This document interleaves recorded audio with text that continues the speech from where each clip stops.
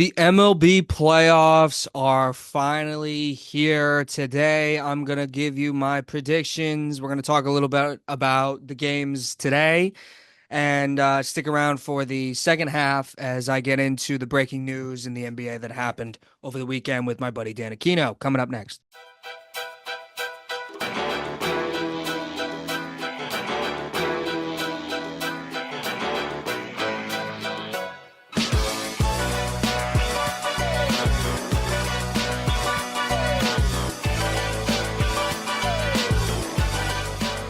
So today was one of the most insane baseball games I think I've ever seen in my life. It really it was as good as it gets in regards to a entertaining baseball game.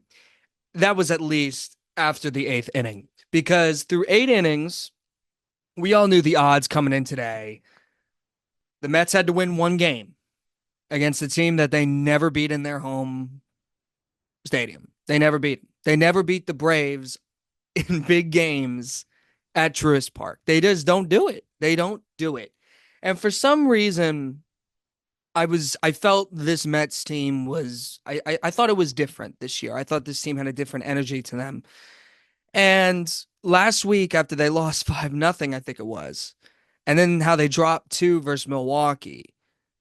And I was just like, oh no, guys, don't do this to your fan base. Don't do this after this horrendous start to the season and how you've galvanized everything and everybody. And this team was so fun this year. This fan base deserves to at least see them in the postseason. And I thought they were going to blow it this week. There were times where I thought that. And today, when they were down 3-0, I was like, oh man, this isn't looking good. You get to the eighth inning, they're getting shut out through 8 innings, and they come in and they score 6 runs. And when they scored 6 runs, I couldn't believe what I was watching. But in the back of my mind, I'm still like, the game's not over. A lot of people were like celebrating that the Mets were up. Here we go. The Mets are going to. Then they had 2 more innings to play. I mean, they had the bottom of the eighth to play, and they had the full 9 inning to play.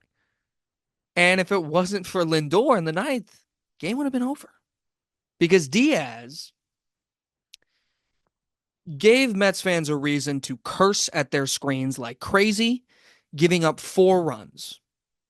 Brandon Nimmo, Iglesias, Tyrone Taylor, Lindor, all these guys, Marte put up 6 runs to give the Mets a 3-run lead. That should be enough for your closer. And he gives up 4, not 3 to tie the game. 4 runs. 4 runs. Backbreaker. Oh, and I know you had the second game, but after having a 6-3 lead in the first game and losing that, that would be devastating. And even though the Mets, yeah, the Braves could have thrown in the second game, just whatever, we don't care about this one. You never know. You still got to play the game. So if you have a 6-3 lead, you got to get that job done. And they find themselves losing 7-6. And when Marte gets that great at bat and gets that single, and Lindor comes up to the plate, I thought back to that game. I think it was versus the Blue Jays, where the Mets were getting no hit, and Lindor was up to bat and not only broke the no hitter, tied the game with a home run. And I believe the Mets scored like 5 more runs in that inning, and they won the game. It was incredible. And I thought back at that moment, I was like, man, what if Lindor does the same thing here? And Lindor golfs a homer into right center field, and the Mets take the lead. And when I saw that, I couldn't believe it. I was like, wow, this team really is resilient. This team really has no quit. And you got to give the manager credit, because a lot of people, a lot of fans did not want to see Edwin Diaz in there in that ninth inning. But Mendoza was like, nope, he's our guy. I trust him. He's been through it this year. He's been rattled at times, but he comes in. He gets that first out, which was huge. And even though the second guy got on, the Mets were able to withstand it and meet with him. You thought for a second they were taking him out, but they let him pitch. and they got two more outs, and the New York Mets have punched their ticket into the postseason. And it was rather incredible to watch. It really was. And this whole season, my expectation for the Mets this year, I've said it before, 82, 83 games, 83 wins. A lot of people didn't even have them winning that. And I thought they'd be fighting for an NL wildcard spot and most likely fall out of it. The Mets won 89 games and got into the playoffs on the last day of the season, extra baseball day, right? Because the season was supposed to end on Sunday. So 89 wins in a very competitive wild card race. The Arizona Diamondbacks were in the World Series last year. It's insane. The Texas Rangers and Arizona Diamondbacks World Series last year. Both teams didn't make the playoffs this year. Insane. The Rangers were a bad team. The Diamondbacks were a really good team and just missed out. They had a very brutal last week and helped the Mets considerably get into the playoffs. And while the Mets didn't play great really in this last week, they're going to play the Milwaukee Brewers. The Atlanta Braves got in. As much as I think that's something to be a little concerned about, no Mets fan cares about that. And to be honest, I don't see how you can't take them seriously going into the postseason this year. They've been like the best team in baseball in the second half of the year, record wise. And they made no excuses. There was all this stuff about the tough schedule and all this and all that. And this team, through everything, has been resilient and they've really stuck together. I mean, I remember JD Martinez being like, no one expects anything out of us anymore. And that was when they were 11 games under 500. Darryl Strawberry, on the day his numbers retired, saying, listen, you guys still got something. And don't take for granted playing against the great fans of the New York Mets. So Lindor proved that he was worth every penny of that contract with that one at bat right there. That's one of the greatest hits in franchise history for the Mets. It might be the greatest regular season win for the Mets. I mean, 2007, 2008 are 2 years that were really good regular seasons that ended extremely sour. 2008 was a big one because that was the last year of Shea Stadium. This year would have been very sour, would have been very forgettable this year. A lot of Mets fans still remember 07 and 08. All right. Jose Reyes was on those teams, right? David Wright was a part of those teams. This whole year has been an absolute roller coaster. And listen, the Mets are a perfect example here of how you shouldn't give up on a regular season because they started 0-5, nobody in the ballpark. I remember watching that game. I remember Pete Alonso. You know, Pete's gotten a lot of crap this year, and deservedly so. He has not played up to his capabilities. But Pete Alonso was the one who hit that big homer to tie the game. I think it was to tie the game in versus the Tigers after that 0-5 start. Got him up off the ground, and the Mets rebounded pretty well, and then they stunk again. And then they rebounded, and they got back. This is a long season. 162 games is a long season, and you got to have faith. Would anyone have said, "Oh yeah, the Mets are gonna win 89 games and be a wild card team after they were 11 games under 500, or after they were 0-5"? No. And I predicted them to win 82, 83 games, assuming Kodai Senga was going to pitch the whole year, assuming Jeff McNeil was going to give you a much better year, assuming that Brett Beatty could give you something. I mean, Vientos was better, but Vientos shocked me. Assuming you were going to get a great year out of Francisco Alvarez, that didn't really happen. And assuming Pete Alonso was going to give you a great year, and he didn't. These were all things I expected to happen, and yet the Mets still won 89 games. So it just goes to show you got to play the games. You got to give teams a chance, even with an organization with the history of the New York Mets. And let's give some credit here to David Stearns, who comes in and gets the best out of this core group with Lindor, Alonso. Now, Alonso's future is still in jeopardy and all that, right? But he took a lot of these players were still on that team with 101 wins. And he was able to get the right starting rotation. The bullpen kind of fixed themselves a little bit, right? He got some nice little moves like Winker, right? Bader, I always loved. I thought that was a great signing by him. Tyrone Taylor, like everything kind of went to gold that David Stearns making these small moves. And a lot of people were very critical of the Mets for hiring Stearns mainly because he's like a small market GM, calling him that, and like, oh, I thought the Mets were going to be big spenders. Well, if you have a guy who's able to get pennies, get little bits of greatness along the way, little small pieces to help really make a great baseball team, and you have an owner who's willing to spend, you're in a great spot as an organization. Now the Mets, think about this. In 1 year, are a playoff team. 1 year from last year, they are now a playoff team. They have a lot of young, exciting talent coming up. Acuna, Vientos. I mean, Mauricio was supposed to play this year. Wasn't, right? He got hurt. So these are all young pieces that are interesting. Francisco Alvarez. You now have your franchise player set in stone with Lindor.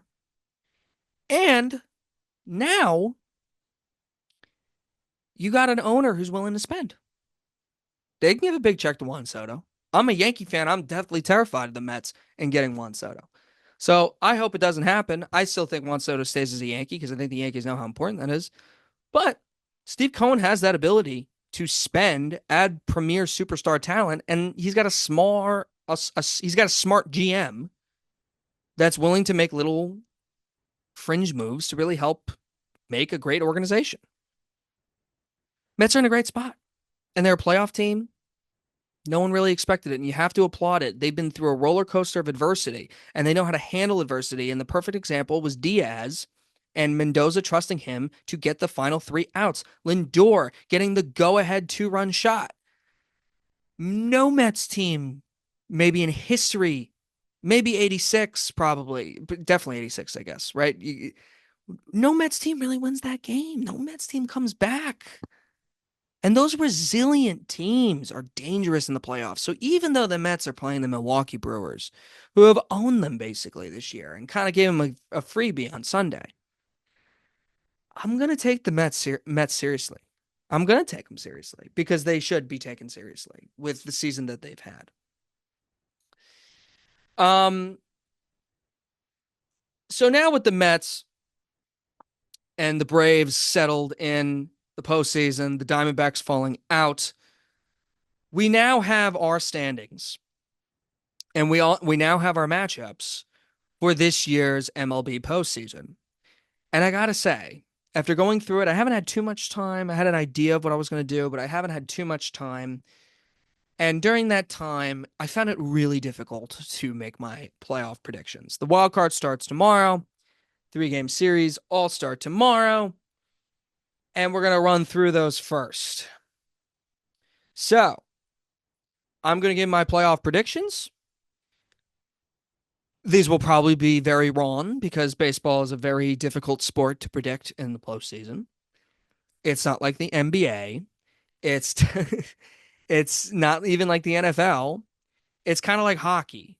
Baseball is so unpredictable. I mean, last year you had 2 wildcard teams make the World Series. You had the Texas Rangers win the World Series. This year, the Texas Rangers are not in the playoffs. The Diamondbacks are not in the playoffs. So these predictions may be very, very wrong, but I'm going to give my best effort in trying to decide the puzzle of the Major League Baseball postseason. So we're going to start with the first wild card matchup that I have here, and that is the Kansas City Royals versus the Baltimore Orioles. Now, I have been on the record. I think the Baltimore Orioles are frauds. I said that at the beginning of the year. I didn't pick a lot of people picked them to win the division. I didn't pick them to win the division. Pick the Yankees.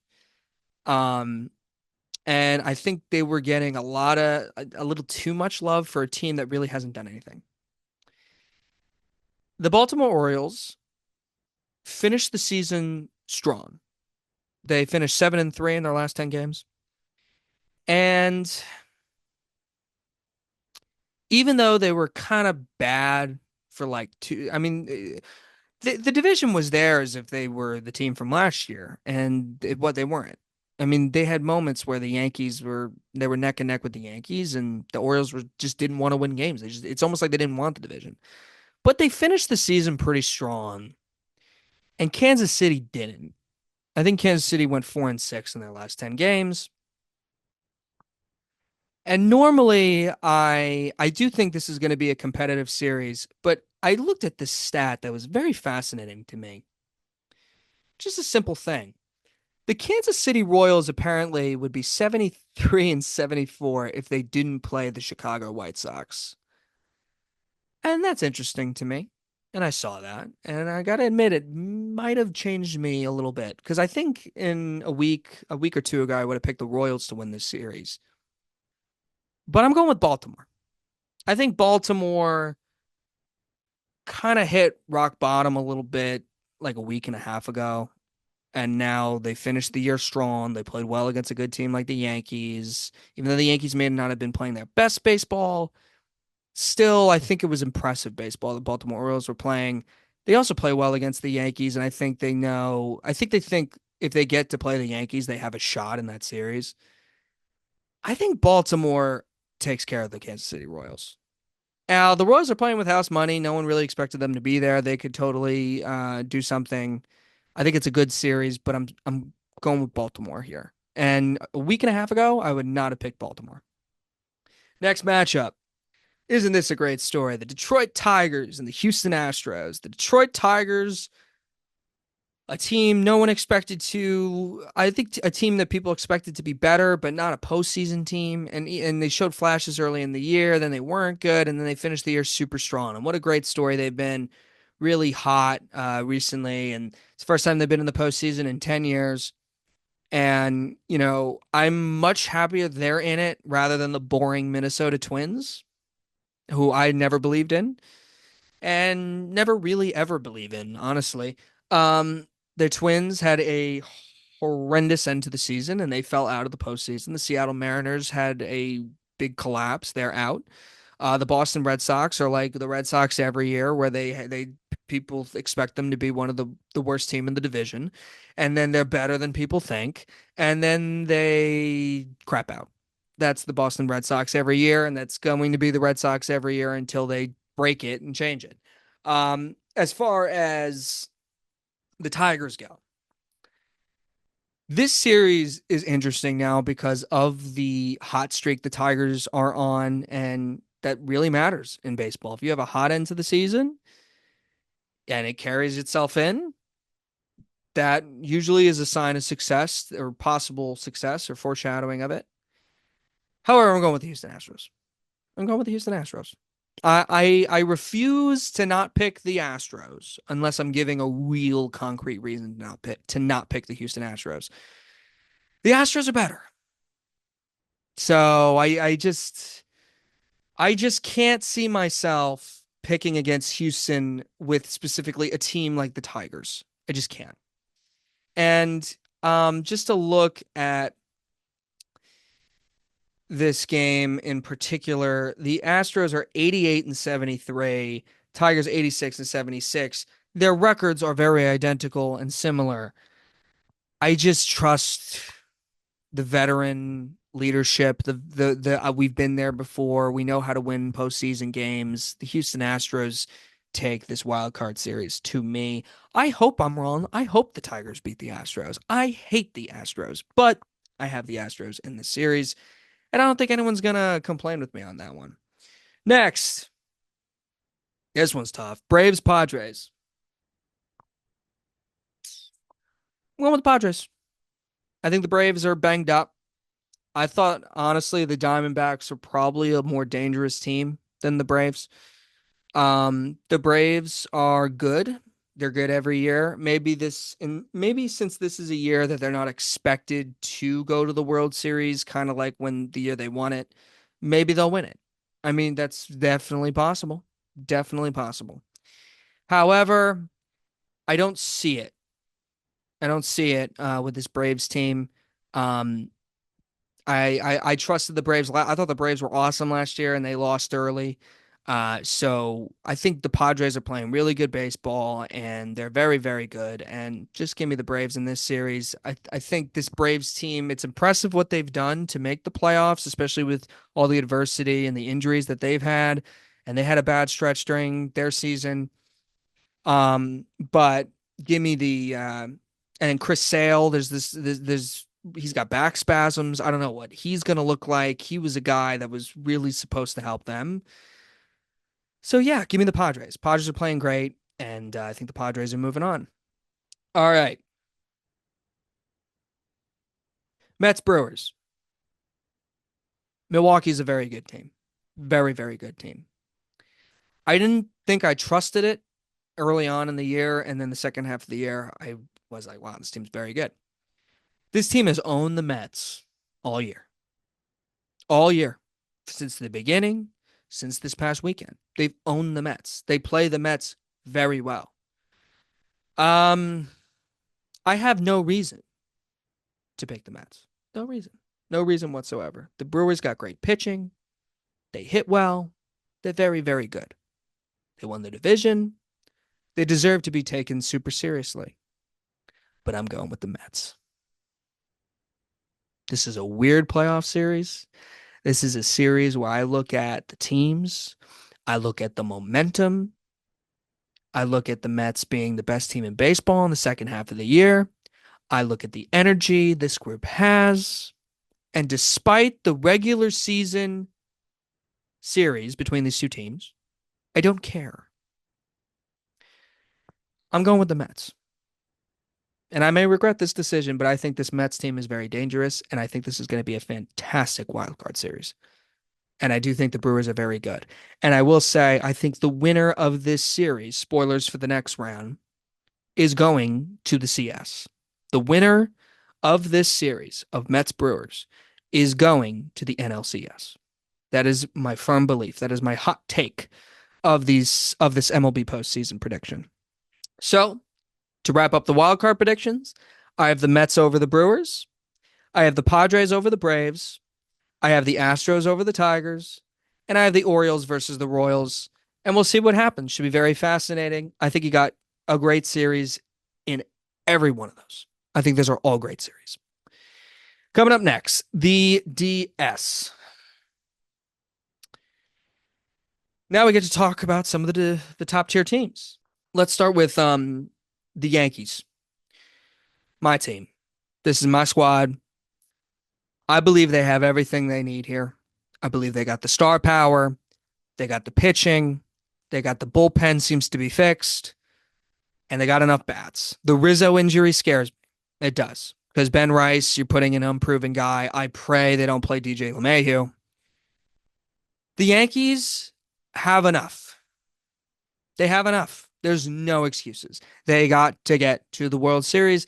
And because of that, I have them beating Baltimore or whoever they play in the wild card round in the second round. I have them winning that. The New York Yankees have everything they need. Aaron Boone, this is it, man. You're managing for your job. You got to get there. You maybe don't have to win it, right? Because winning a championship is really hard. And I don't want to say like if you win a champion, if you get there and don't win, it's a failure. But they got to get there. There's no excuse this year. There's no team in the American League that is definitively better than the New York Yankees. This team has played very well against really good teams. They've struggled against lefty pitching, I'm aware, but they have enough bats. They have enough pitching. Their bullpen is much more improved. I don't think Aaron Boone is a bad manager. He could make me sound really silly this postseason. I'm not saying I'm 100% trusting everything in him, but I do think he's good. So, the New York Yankees have no excuse. I think I'm going to the game on Monday, game 2, and I need the Yankees. Soto's there. Judge has got a hit in the postseason. And the Yankee fan base is going to be ready to explode in these playoffs. Yankees gotta get there. Yanks win in the DS, beating the Orioles. Even though the Orioles play the Yankees very well. And it could be a good series, but give me the Yankees. Next, Astros Guardians. Give me the Astros. Cleveland has been very impressive in this regular season. I don't want to say they're frauds, really, but I'm taking Houston against the Guardians. I just am. And I hope I'm wrong. I hope Cleveland. I hate the Astros. I just have seen nothing to make me think Houston is just kind of coasted through the regular season, and in the playoffs, they'll be there and they'll be ready to beat some teams. They know how to win playoff games. Give me the Astros versus the Guardians. Despite Cleveland's impressive regular season, I am taking the Houston Astros in that hypothetical series. Let's move on to the National League. Padres Dodgers. Rematch of a couple years ago. No Juan Soto this time. Juan Soto was on last year's team that wasn't very good, so I understand that. The Padres are playing great baseball. The Padres are dangerous. The Padres can totally beat the Los Angeles Dodgers. However, I think the Dodgers, I like the way they ended their season. The Dodgers, I think, know how important these playoffs are. I think they know if they lose, everyone's going to be on them because they have a history of losing in these moments. The Dodgers with Shohei Ohtani, and we're going to find out between Ohtani and Judge who's really the best player in baseball, I think. We're really going to figure that out based on their postseasons. Ohtani's never played in the postseason before. We're going to find out if he could play well, if he's going to play well. I will say he will play great. I think he's going to play great. The Dodgers understand that they need to win, and they need to win quickly. And while I don't necessarily mean that means winning the World Series, but getting there, I think they understand the stakes. This year, they know it's no nonsense. I expect them, even though against a very talented, very good Padre team, I think they take out the Padres and the DS in that hypothetical series. Next, Mets Phillies. I have my reasons. I'm taking the New York Mets over the Philadelphia Phillies. I've loved the way the Mets have played against the Phillies this year. I don't trust this Phillies team. Despite the starting pitching, despite the regular season, despite the offensive talent that they have, there's something weird about the Phillies this year, and I don't like it. And I think sometimes we see this happen because the Phillies had no expectations on them a couple years ago. They fired Girardi mid-season, and they go on. They have a great end to their year. They get in as a wild card team, and they get to the World Series, lose to a better Astro team. The next year, the Phillies kind of get off to a slow start again, but rebound very well.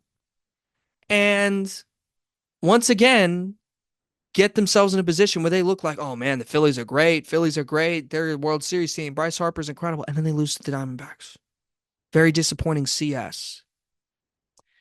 And this year, even though they had this great regular season, even though they're talented, even though you could see them be like, they can beat anybody, there's something weird about them.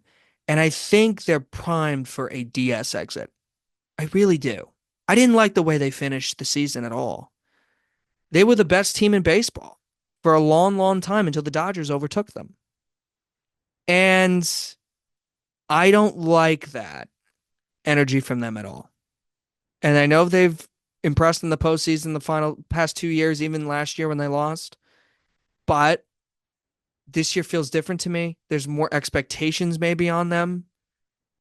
And I like the way the Mets have played against the Phillies this year very much. And the Brewers, even though I think they finished 2-4 this year versus the Phillies in the regular season, the Brewers are a damn good team too.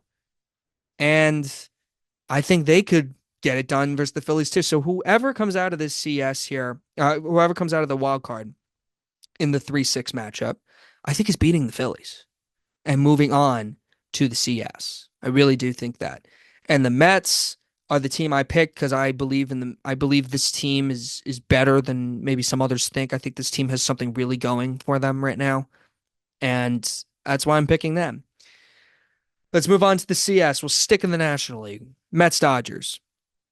I think it's a great series. Like I said before, for the same reasons, I'm taking the Dodgers. I think the Mets probably run out their magic at this point.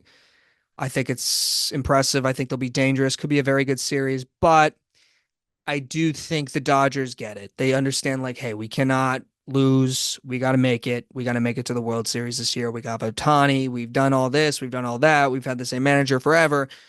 Whatever, right? They got to get it. And I think they know that. And I think they will. I think that the Los Angeles Dodgers are going to represent the National League in the World Series in 2024. Now let's get to the American League. Now you're probably wondering who I'm going to pick out of the American League.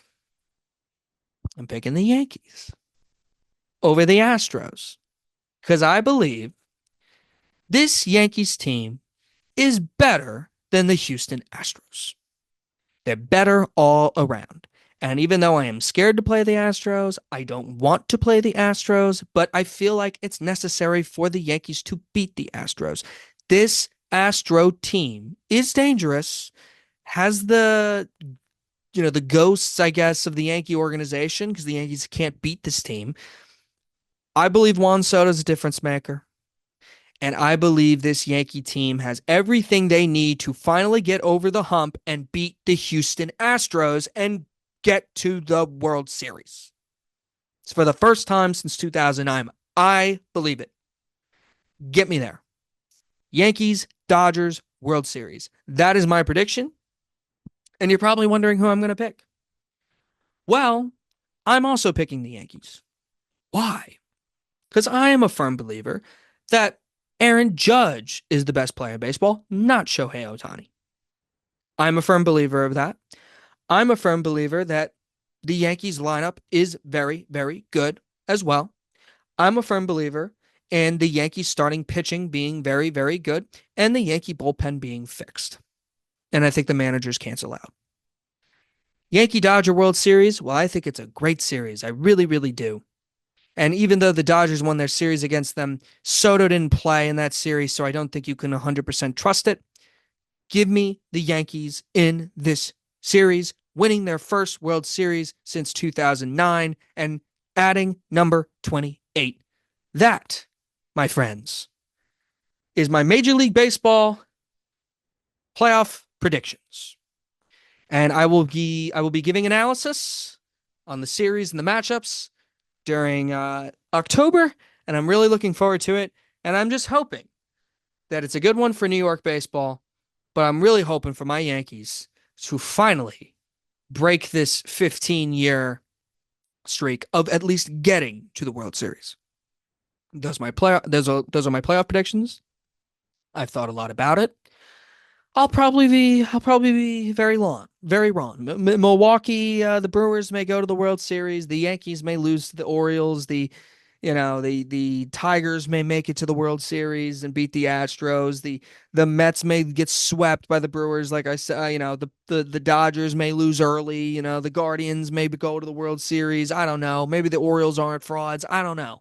All this could be changed. It's the beauty of the MLB postseason, and I can't wait to talk about it in October.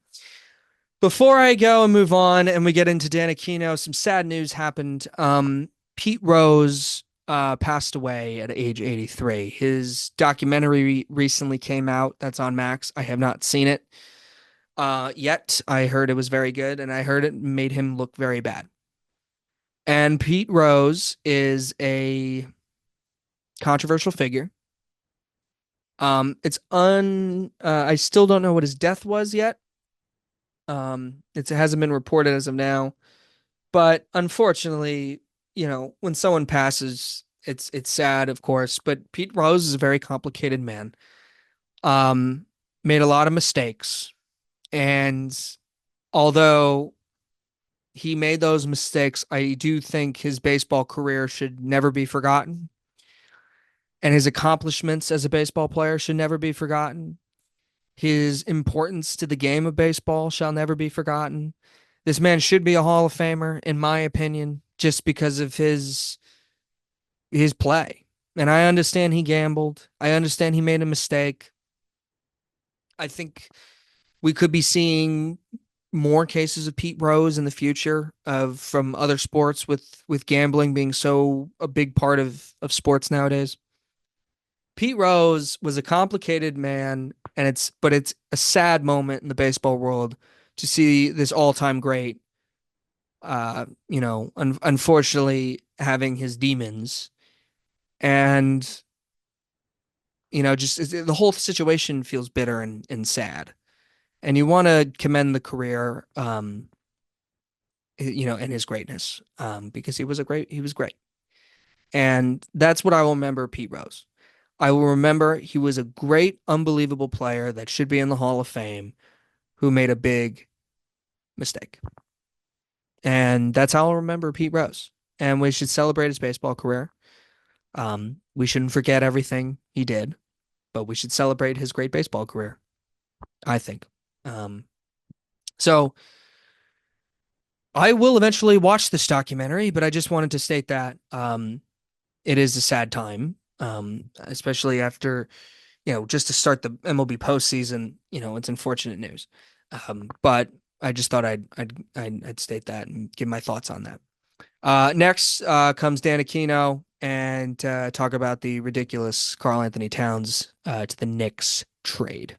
Dan Aquino is with us right now. He's going to talk with us about this breaking news, this Karl Anthony Towns trade that happened. I don't know about you, man, but I was sitting Friday night, okay, and I was at my girlfriend's house and I was sitting on a front porch and I was enjoying a nice cold Miller Lite. And then and I'm talking with her and I see this alert from Shams because it's not Woj anymore, right? It's the retired Woj. And I see Karl Anthony Towns has been traded to the Knicks, and there was no rumblings of this. This is completely out of nowhere, even though Towns has been rumored to the Knicks like forever, it feels like. Mhm. For it to happen at this point when media day starts today, like for it to happen that Friday night, and she was telling me a story, and I was like, I'm sorry, I gotta see what's Yeah. happening here. Like, what just happened? And I'm like, what did they give up? I didn't even know what they were gonna give up. I wasn't even for sure it was going to be Randall. But Randall was in the trade, which made all of a sudden started to make some sense for me. What was your initial reaction to the move? Yeah, I was just chilling, I think watching TV. I don't even remember what. And you texted me, and when whatever you said something about Leon Rose, I was like, oh man. And I go straight to Twitter and I see it immediately. At first I didn't even think it was real because it wasn't Shams' tweet that I saw, it was just someone saying it. Um, and then obviously, as minutes went by, everything was like confirmed, and I knew immediately it was Randall, and I was shocked, honestly, because like you said, this was something that had been rumored for a long time, because of the town's connection to CAA, his agency and stuff like that. But for it to happen Friday night, a few days before media day, it was just so bizarre. And I don't think I've ever seen a trade where so many people have so many differing opinions, especially on the Minnesota side, and whether which team got better. We'll definitely get into all that. But yeah, it was shocking. So why do you think the Knicks did this? Because I have my theory. I think they had they just didn't think Randall was part of the future. Randall has 1 year left on his deal before he can opt out, and they just paid OG Anunoby $200 million. They're gonna have to pay Michael Bridges in 2 years when he becomes a free agent. So I think it just became who they felt was more part of this core that they want to go forward, and their lack of big men because Hardenstein leaving, Mitchell Robinson's going to be out until at best December, most likely till January. And then our only other bigs are Precious, who's a little undersized, and Jericho Sims, who I don't think is that good. And they saw an opportunity to upgrade at center, get a guy that they've kind of liked for some time now in Karl Anthony Towns. And there's really no other center around the league that you're going to get as good as Karl Anthony Towns right now. So my theory here is I think what you said is correct, but I think like also w once they made this Mikal Bridges trade and they gave up basically their whole future for him, they knew there were expectations for this team, like immediately. Like this, and what makes it even funnier is DiVincenzo's in the trade. Like that whole Nova Nick thing that they were pumping Mm-hmm. out, it didn't really happen. It's kind of happening, I guess, with Hart, Bridges, and Brunson, but it doesn't feel the same because DiVincenzo's gone. Yeah. And one of my concerns heading into the season, and I'm sure you had some concern of it as well. I know we were texting about it, is a lot of the guys that really showed they could play last year in the Knicks' surprising run, even though I don't think it was that. surprising, like they made it to the second round or the two seed, but no one expected them to be the two seed, the second best team in the Eastern Conference, really take down Joel Embiid and the Sixers, and were really a couple injuries away from representing, putting the Knicks in the conference finals for the first time since 2000. No one really expected that, but there were a lot of players that were a big part of that, like Deuce McBride and Josh Hart and Isaiah Hartenstein, right? And Dante DiVincenzo. And once they made this Bridges trade, even though with Hartenstein leaving, they brought back Deuce, like, where were these minutes going to go to like all these guys? That's why I'm annoyed. Like, I will have empathy for Knicks fans, right? They make this trade, and I saw a lot of people complaining about their depth. Like, oh, they don't have as much depth. It's like Tibbs plays like seven dudes. So it's like, whatever. I don't really care. They could always add depth during the season. I think I trust Leon Rose to add more pieces like to the team, like as it goes on. And like you also can't say like, oh, the depth was a huge issue because like there was like Dante DiVincenzo was gonna go to starting in the playoffs to like playing like 20 minutes a game maybe, and honestly maybe not even that some games, and he was not going to be happy with that. That's why I was not shocked at the report that came out that he wasn't Mm. really as thrilled about it, because he knew Bridges was going to play shooting guard and Bridges was going to get a lot more minutes. And Dante DiVincenzo felt like he deserved that after last season. And also all these cryptic, and we're going to see it with Mitchell Robinson, because Mitchell Robinson is in these rumors now and he's posting these weird things on social media and all that. So And stupid. you don't seem really pleased with Mitchell Robinson's social media posts, Dan. Look, if Mitchell Robinson, his big problem is that he cannot stay healthy, and I think a lot of Knicks fans' patience is running out. And if you're on Instagram posting weird stuff, like what are you talking about? What are you doing? There is reports that he is being shopped as well. I'm not sure if that's ever going to get done. Um, it wouldn't shock me right now because Leon Rose and this front office are clearly going all for it. It's surprising me the lack of patience. I was, getting ready to watch this squad, see what it looked like with Randall, given it looked so good in January, when for the small period of time that everyone was healthy, Hmm. and we're not going to get that at all. Yeah. I know a lot of Knicks fans are mad about DiVincenzo. He had an incredible season last year, and we've kind of grown this attachment, obviously, to these players. And some people kind of feel like, oh, this Knicks team isn't even the Knicks team of 2 years ago. Yeah. Not even of when we started the season last year. Quickly, Grimes, Barrett, Yeah. all these guys that we've drafted and stuff are all gone. Hmm. And Randall, he came to us when we were not very good. Yeah. Out of that Phil Jackson era, he took a chance with us, blossomed into a really great player. And for all his flaws, it does kind of suck to see that he's not even Mhm. going to get a chance to prove himself with this roster. We'll talk about Randall in a minute because I want to, get to Randall and his history with the Knicks and also his future with Minnesota. But also just staying on Randall just a little bit here, he was clearly feeling left out of this, Oh, right? 100%. I mean, he was posting those things on Instagram, and I think they didn't want to risk the start of the season with the Nova core four, DiVincenzo's not getting as many minutes, because I think people just assumed they were going to fit immediately right away just because they all went to Villanova and they were so good last year. But I thought there would always be a little bit of an adjustment to start the season because DiVincenzo was getting less minutes. Josh Hart was probably going to get less minutes. And those guys were huge pieces last year. And then Randall, who's so important for you, like on that ideal team, Hmm. like he has to be your second best scorer player or whatever. And if he wasn't happy or felt left out or felt like, okay, like enough with the roommates and and the Nova Core 4, then I don't know if I'm the happiest, and he's moody a lot. But what's so funny is like Nick fans think like, okay, Randall's out, Towns is in, we got the moody guy out. Towns is really moody in Minnesota. I mean, like Yeah. that leads me to wonder, like, I love how the Knicks are being aggressive because for years they weren't, and I respected that they weren't too. I also was like, there's nothing wrong with being good and being patient, waiting for your opportunity. It's why I didn't care for the Bridges trade because I was like, you're giving up all this for Mikal Bridges. Did they go all in on the right players?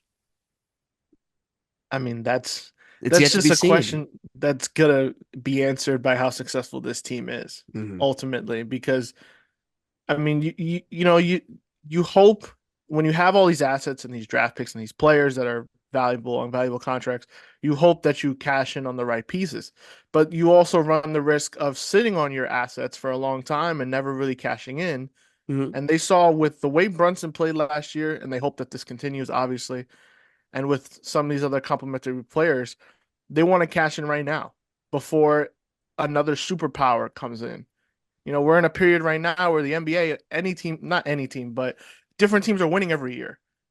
And Yeah. we have, just kind of an unprecedented level of parity right now that we haven't seen in a very long time. Hmm. And it's an opportunity for a team that maybe doesn't have a top five player to win a title. Some people don't think Tatum is a top five player or Brown, and they were able to win the title. They won it easily. So I don't think they wanted to risk not doing anything and just staying in that middle of the pack, just being good for a long time. Similar to, I guess, how those 90s teams were, how they were just ended up being squashed all the time by Jordan. Have an opportunity now to get players who are complementary, who they like. If Brunson is a superstar, that's what he is. And you get a guy like Towns, who obviously is a great offensive player. Has proven he can't be a number one, but he can be a very good number two. We saw it last year with the Wolves. I think it makes sense. It is what it is.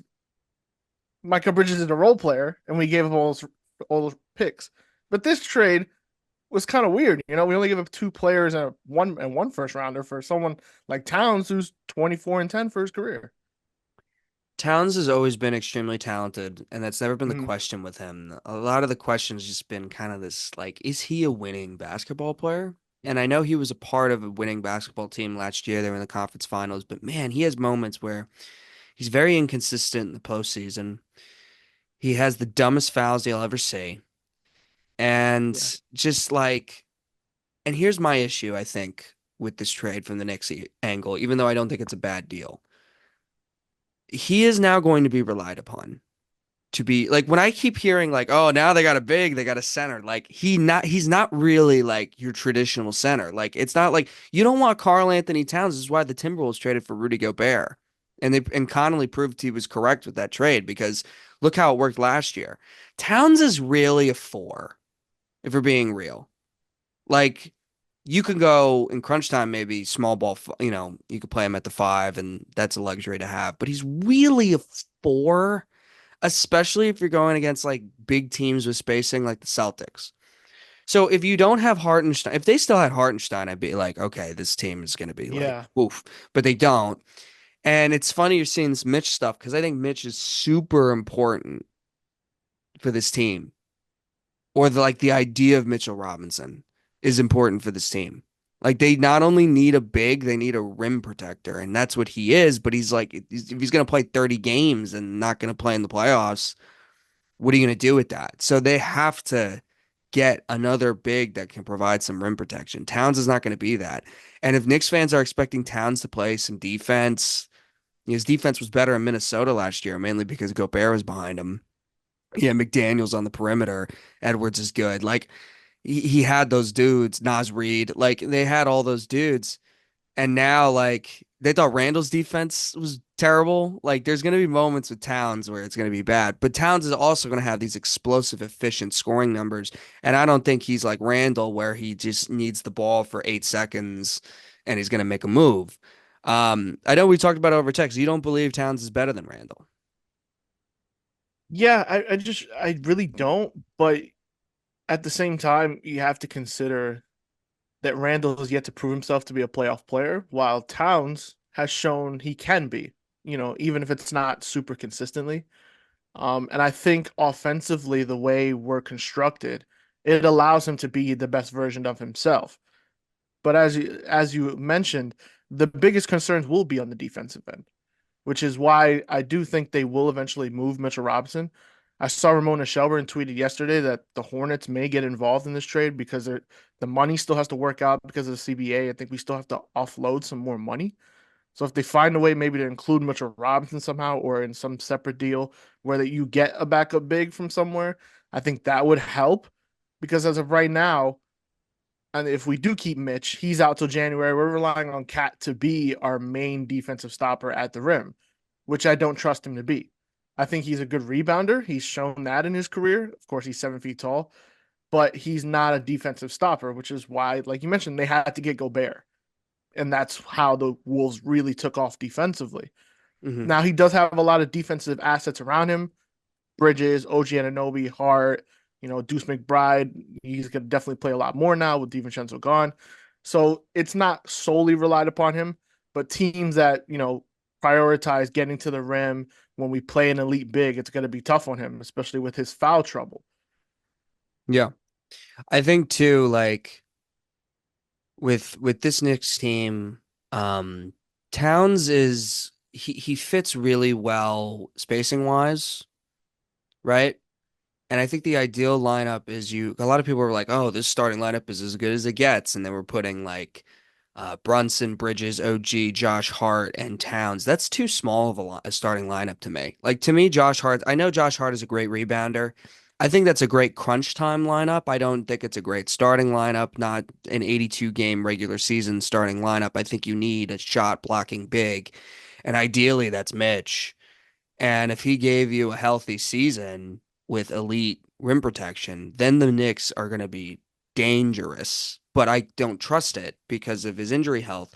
And that's another thing too. It's like OG Anunoby, $200+ million. What's his injury history, right? That's Mikal true. Bridges plays 82 games a year. We'll see if he that continues under Tom Thibodeau. I mean, I'm not trying to like say, but I mean that is an Yeah. absurd thing. I don't know if Bridges is going to be. I don't think Bridges has ever been in a position where he's played 38 minutes a game, 82 games in a year. Like I think there's going to be Right. moments where he may check in and check out sometimes just to get some rest. But Brunson, I could see it. Like the team construction, I could see it. But they need that rim protecting big. And I don't think I know losing DiVincenzo for some people hurts. And I know his floor spacing and maybe having a catch and shoot guy off the bench. I feel like you can get those guys though. And as much as DiVincenzo would have been valuable for that, he would have been equally as unvaluable if he's complaining about not playing. So, Yeah. you don't want those things. And I think the Knicks saw those questions and they just wanted to solve it immediately. Now we'll see if it'll work. But I think that's why I lean that it's a good trade for them, but they have more work to do. And this is what happens when you build a team around a 6 foot guard, Dan. You know, a lot of stuff to go your way. Yeah. You need a lot more to go right. And, they're banking all on this right now because at this point, there's really no other way to pivot, right? If this doesn't work, what do you do? Cat is owed 220 million over the next 4 years. This is another That's thing. Yeah, this is another thing that we've talked about. It's just like, I'm going to mention my Nets again, but a big reason why it was worth getting those guys in your building was because if it didn't work out, the trade value, like let's just say they asked out, which they did. The the trade right. value was going to be high. The Harden trade was terrible, like what they got back for Harden, and they still got a lot back. Like they got decent stuff for Kyrie, they got great stuff for Durant, which they flipped Bridges to get more good stuff. They got their picks back. Like it's worth them getting those guys because the trade value is high. If this doesn't work out for the Knicks, let's just say 3 years down the line, or it's 2028 or something, 2027, things aren't going well. I'm not saying this will happen. I'm just saying maybe. Yeah. Let's just say guys get injured, whatever. OG Anunoby at that contract is not going to be as valuable. Is he like, what are you going to get for that? Karl Anthony Towns, like, he was coming off a great season last year, and you got Julius Randle, a guy that most teams didn't want. And like also, DiVincenzo, who's good, right? And one first round pick. Like, what are you doing with that? Like Towns in a couple years with that contract, is that going to be good value? Mikal Bridges when he gets paid, is that going to be great value? Especially since he's never made an all-star team. And I think Brunson will have good value, but not a lot of people want 6 foot guards that are over 30 something, so maybe it'll be different, but I like Brunson. I think Brunson right now, his value is great. I think it's amazing what he did, taking a pay cut. Even though 2 years he's going to get the bag. But Yeah. I just think like that's the worry I have with this Knicks team too, is when you said there's not much to pivot. You're right. And not only that, like you gave up your whole future, and how much really are you getting back for some of these guys if it doesn't work out? That's the name of the game, right? Yeah, You that's why know, you go for it. Listen, they're as good as anybody. If they get a rim mm, protector, they're as good as anybody. But what I'm concerned the most is the health of OG Anunoby, health of Towns, and his playoff inconsistency, and him being relied upon more. You know, like he's going to be relied upon more. We said this, we had a conversation about the Timberwolves back in November. I think we talked about why it was working so well. Why was Towns fitting so well with what they were doing all of a sudden? And I think it's because he fits best as a luxury and not being relied upon, because you had Conley handling the ball, you had Edwards as the best player, you had Gobert as the rim protection, you had McDaniels as perimeter defense, elite perimeter defense, and Towns is like, okay, like I can do whatever I want. I could exactly. score, I Yeah. can go up. That's where he really shined, and he's going to be relied upon more here, unless they get a really good rim protecting big. Then that will help things considerably. But don't be shocked if in the beginning of the year that Knicks defense is not what it was last year, even though Yeah. Randall's not your ideal great defender. I'm just saying, like, you know. Yeah. And the hope that the offense is a lot better Yep. And with he, like Randall, is going to get a lot of hate if he's going to be the one to blame. They're not going to blame Brunson. They're not going to blame no. OG. They're going to blame Towns. And is he ready for that? Brunson might as well be the mayor of the city. Like he's already cemented almost. Like he's not getting blamed for anything, especially because he's a Yeah. quiet dude, who's not going to He talk. took a Ta- pay cut. Yeah, he's, yeah, he's. Towns could have one press conference, says the wrong thing, and it's all hell breaks loose. And he says a lot of wrong things sometimes. Right. Let's talk about just the Timberwolves side of this. Mm. Randall. And let me just say this. Can we say Julius Randle? I mean, I'm seeing some Knick fans come out and say, thank you for everything you've done. But Julius Randle, he might be the most disrespected New York athlete I've ever seen. You've been saying that, and I've been it's saying it, and I say A-Rod is the last one. I said Lindor, but Lindor's getting his love right now. I don't know, man. Like Julius Randle, I felt like never got the only year he got credit was that first playoff year. And even then in the playoffs, he got hate. Like Randle, when people say like they didn't see a future with Julius Randle winning with him, I feel like he never really got a chance to do that. And this was his year that it was going to do that. He's been hurt the last 2 years. This was going to be his one year, and I think to really do it. And he never really got a shot. And this dude was a big part of the community, other than that one thumbs down thing and being moody. Clearly loved being a Knick at times, and I just was really strange to me to see it. yeah. Like I mentioned before, I mean, when he signed, we were obviously not a good organization. We were just trying to turn things around, and along with him becoming an All NBA player, and multi-time All Star, he was really the face of the Knicks. And I think it's just crazy that when we signed Brunson, I don't think anyone expected him to be what he was last year. Mm. And in that time that Randall was out with an injury, Brunson kind of took the team over, you Yeah. know, and they don't now he doesn't even get a chance to prove that he can even be a part of this team. It does suck.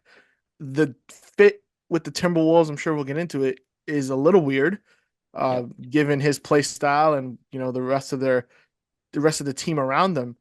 But I was really looking forward for Randall to finally try and prove himself to be something more than what he has shown in the playoffs, especially he wasn't great in that Hawks run and then, didn't even get a chance last year because of his injury, but he's not going to get that. Yeah. No, I mean, listen, I am.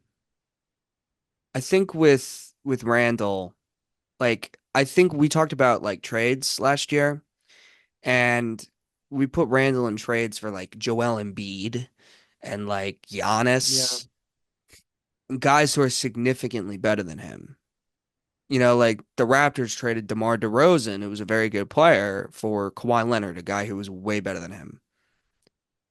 So we assumed like, yeah, that was kind of going to be the move. Like, right, they would, if they were going to trade Randall, they would include him in a trade, obviously with other things to get somebody way better.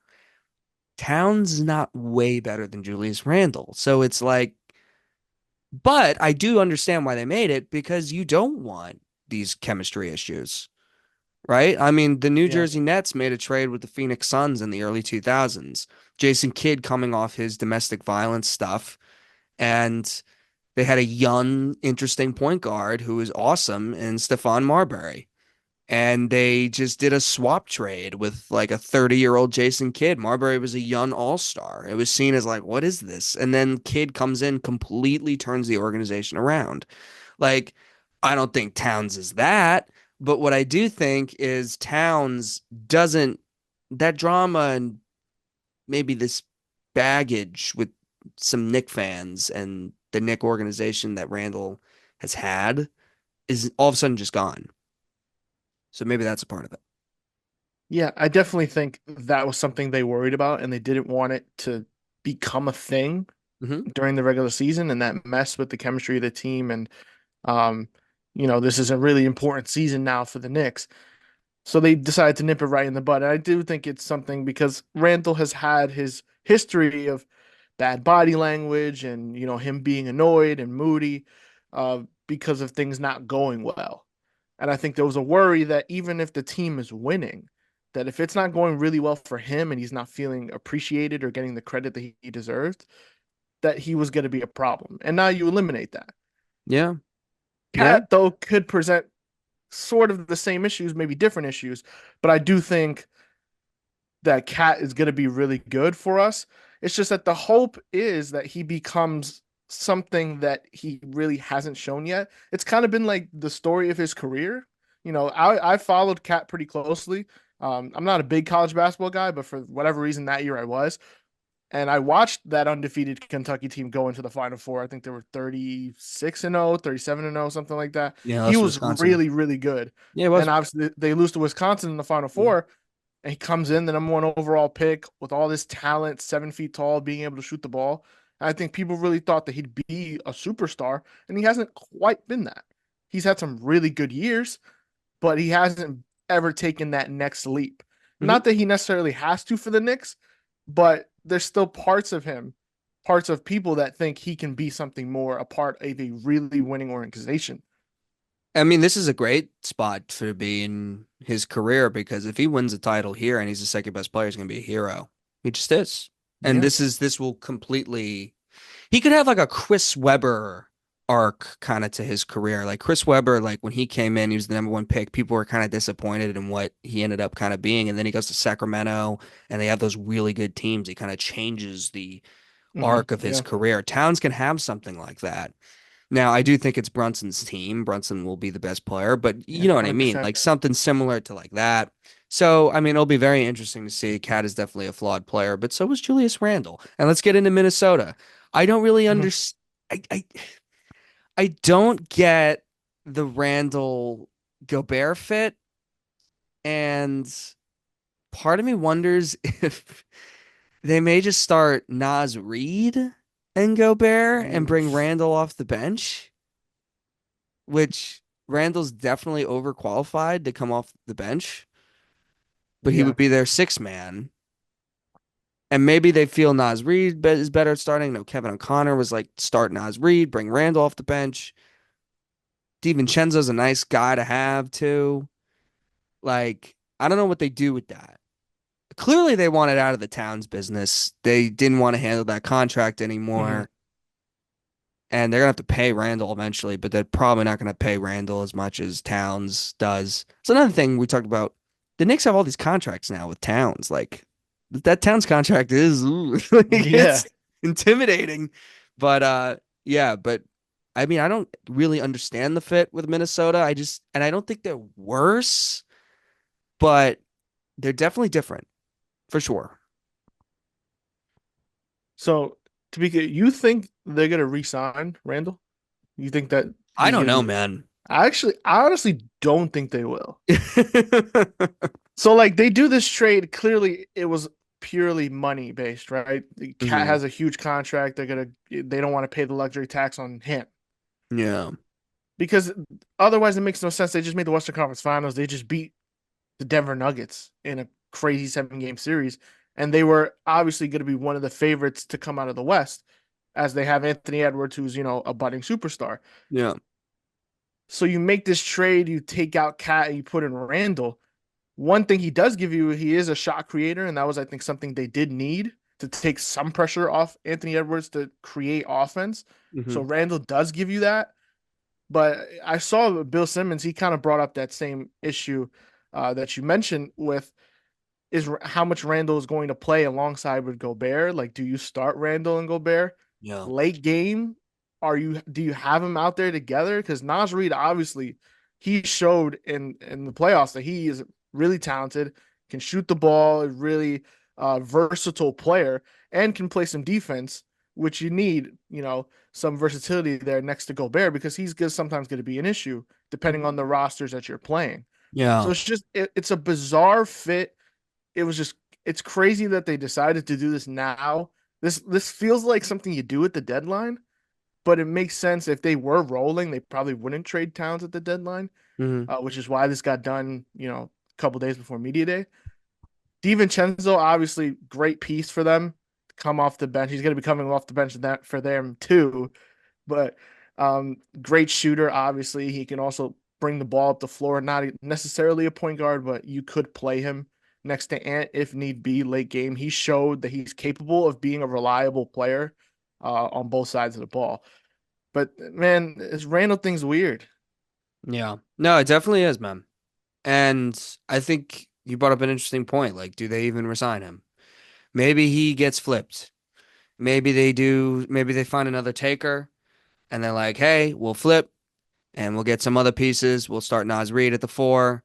Naz is our Towns replacement. We got DiVincenzo in that deal. DiVincenzo can be really good for us off the bench. So I don't think it's a bad move for Minnesota or anything. I just think it's definitely weird, and Randall is a weird fit. But you're right. Maybe they can flip something for him.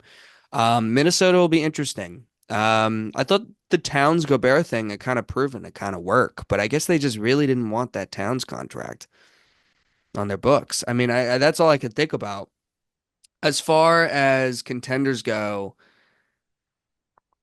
the Knicks are going to be up there, probably, right? 2 seed. What happens? Because obviously, if I don't know, dude, can I talk to you about this too? It's just like Mhm. I'm looking at the Eastern Conference, right? Just a little sneak peek, right? We Mhm. got a couple more minutes here. I'm looking at these teams in the bottom, and I was looking at my Nets. Hey, Dameron Sharp said people sleeping on ya. I think he might have a point, and I'm going to tell you why. Okay. I'm interested to hear So this. I think we could just say we just got a couple minutes. I just want to say this. I may cut this. It's nothing to do with the. Hold on. Yeah. So the standing last year. Okay. So I think we could. It's safe to assume these guys are playoff playing teams. Ready? Celtics, Knicks, Bucks, Cavs, Magic, Pacers, Sixers, Heat, Hawks. That's 9 teams in the Eastern Conference. These are the rest of the teams: Chicago, No. Brooklyn, Toronto, Charlotte, Washington, Detroit. Oof. I Are think the Nets a Charlotte bottom should. three team in the East?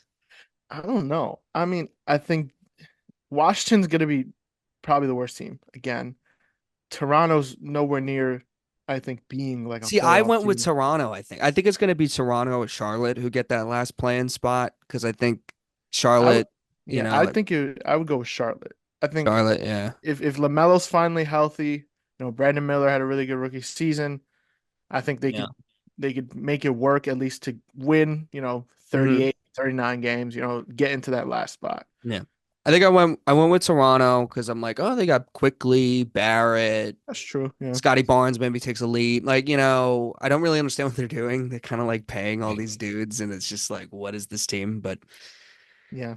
I just was looking at my Nets, and I don't want to compete for the play-in. Nah, I want to be bad. you gotta be in the And flag I hope we're sweepstakes. bad, man. But I was looking at our team and it's like Dennis Schroeder's pretty good and Cam Thomas is pretty good and Cam Johnson is like the starter on teams and Dorian Finney-Smith is a starter on teams and Claxton is You, good and I like Clowney. you're talking yourself into it. I like Clowney too a lot. Yeah. And I kind of look at the team that's like six players that yeah, they're not good. Like, and if Jordy Fernandez, let's say Jordy Fernandez is like a really good coach, which I actually think he could be. I don't. That's funny. I hope to be bad. I want to be in the flag sweepstakes, even though I don't think we're getting them. But you know, we'll see what happens there. Not to. I didn't want to drag it off too Yeah. much. Like I Yeah, said, I think Knicks are going to be good. yeah, Timberwolves are for going to be sure. good. This is an exciting trade. What is the reaction from Knicks fans if after the first 20 games of the year, this team is like 11-9? Oof.